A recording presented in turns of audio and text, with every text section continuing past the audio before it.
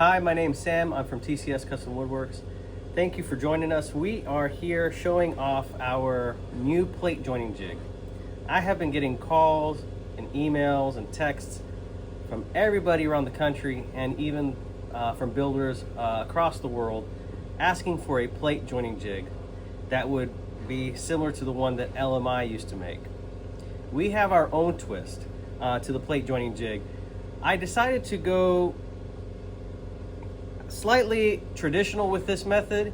When you look at Spanish builders, they usually use either one or two, three pieces with a single piece in the bottom to allow this kind of their contraption to wobble, so to say. So if you notice, it's not freestanding like the LMI version, but it does tend to fall forward, and that's by design. And the reason for that is so that you can bring it forward and you have space up front to wrap, and then the end or the back lifts up as well so that you can wrap towards the back without worrying. It's fairly lightweight, and we use an MDF centerpiece here with like a Formica white top on it. Basically, it resists being glued to the top so that when you join your plate together, that it won't stick to the plate joining jig. If you wanted to, you could still use wax paper or parchment paper, and that'll solve a lot of problems, because if you're like me, sometimes we use more glue than we're supposed to and you get a lot of squeeze out. This method is really it's foolproof in my opinion. You can get a bunch of little cams and cleats and whatever, but honestly, this is one of the coolest ways to do it. It looks like something that they used to do 200 years ago. We want to show you basically how to use this thing, and if you want to skip through a little forward, you can use tabs or just scroll through some of the descriptions or explanations I'm going to give, just to see how this thing is actually put together. But briefly to tell you, the other reason why we designed it the way we did is because I had a luthier from Spain tell me that he likes to do thinner or smaller pieces like headstock plates, and he said that with the LMI version it was a little too wide at the base and it wouldn't allow him to do smaller pieces. Also, that he had some pieces, because since he's a classical guitar builder, the tops are normally smaller than, say, like a steel string top for a dreadnought or a jumbo, and they're irregular. So he also wanted something that would be able to adjust. So our design allows you to do that. You can make it for shorter pieces, smaller pieces like a ukulele top, and thinner pieces like a headstock plate. It really is useful. It uses three chords here that are a very low stretch. I don't think you'll ever approach the point where they begin to stretch. At least that's what the engineer that I spoke with told me. He's like, these ropes, you have to put a lot of weight on them in order to be able to get to that stretch point. So they won't stretch on you. As you can see, I have wedges here. Now these ones are made out of MDF. These are mine because I like how strong these wedges are. But I know that people sometimes they don't like MDF. I used to be one of those individuals who didn't like MDF either, but it's so uniform, it's strong. Just mind you, don't drop it in water, and you'll be fine. In fact, if you left plywood in water, you probably get the same issues. So our plate joining jigs come with plywood wedges.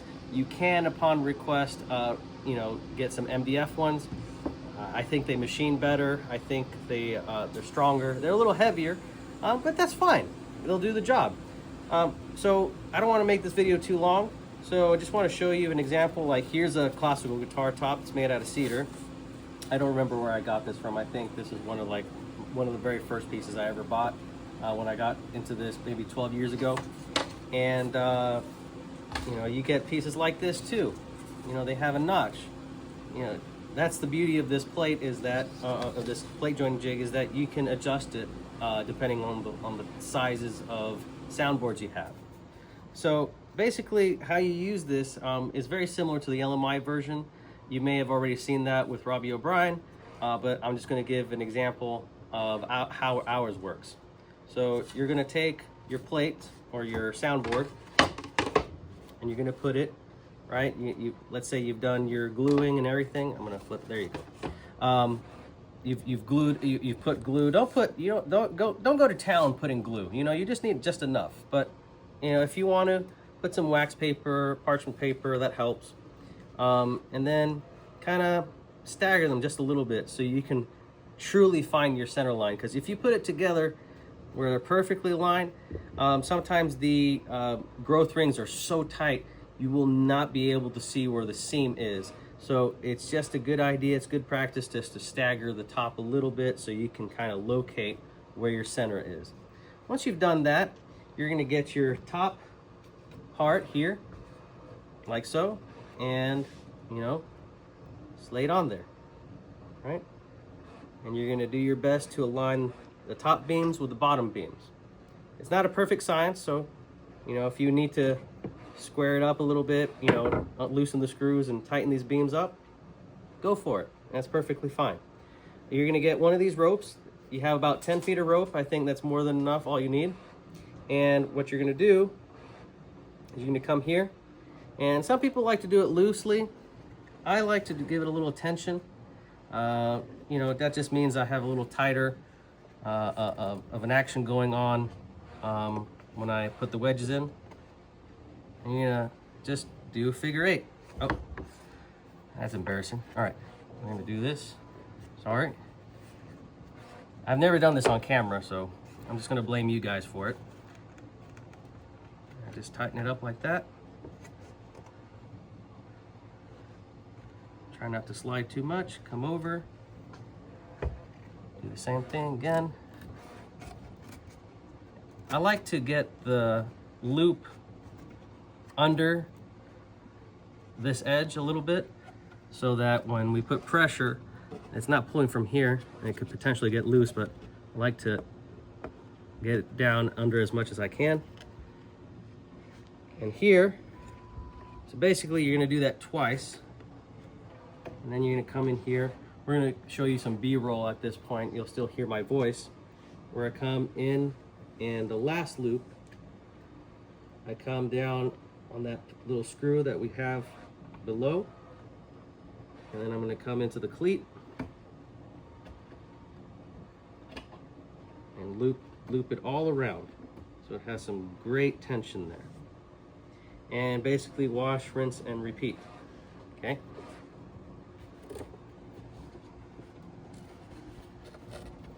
You'll be amazed at how well this actually works. I'm just not so nervous on camera.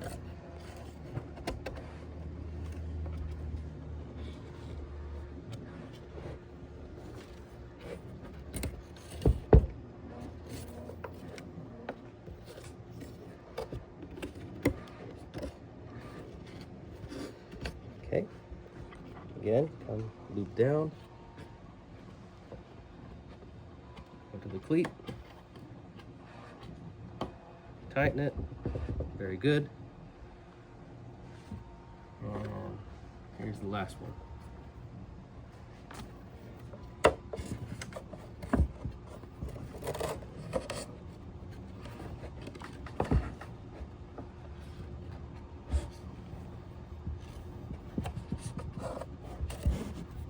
Should all put a thumbs up and a like for my wife here who's struggling, making sure to get the camera angle just right. Thank you, Ashley.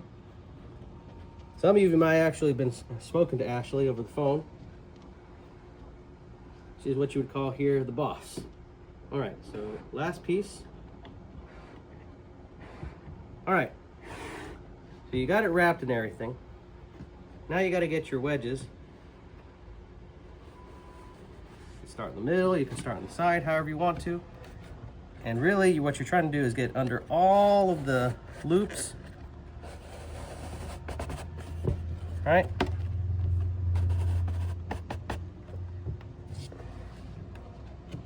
And just force the wedge underneath. And what that's going to do is going to put pressure here and here, and then it makes the plates join. Now the boys at Driftwood Guitars they have what's called the motivator, called the mind changer here. Might change your mind. You basically give it a few taps.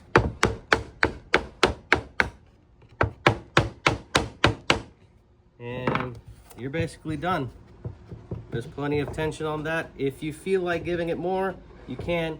I've seen some Spanish builders wail on those wedges like no one's business. I don't think you have to do that, but whatever's necessary for you. That's basically how you use it. You'll be able to take this and put it wherever you want. See that? Just wanted to show that right here. That little pin here allows for some extra strength, or a vector of force, as some folks like we say. You need to add an extra vector there to bring tension here to the top. And then you can see how we've wrapped it several times around the cleat, and that just makes it a lot easier, more secure. If you were only to wrap it once, you run the risk of having it slip, but if you wrap it just a little bit more, it'll be just fine. So I hope that helps you with using your plate joining jig. If you have any questions, email, text me, call me. I'm available. Sometimes I'll answer very late in the night, but don't you text me in obscene hours. You know, I like my weekends. Some of you guys I love to death, but give me my weekends back. All right, guys. God bless you, and we'll see you on the next one.